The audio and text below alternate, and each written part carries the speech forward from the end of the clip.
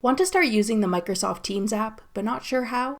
I'm Jessica, and in this video, I'll show you how to download and install Microsoft Teams.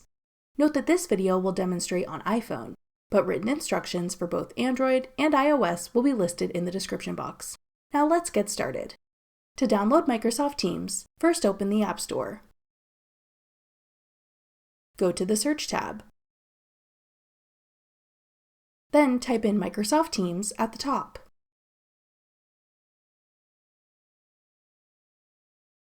Tap Microsoft Teams when it appears in the search results.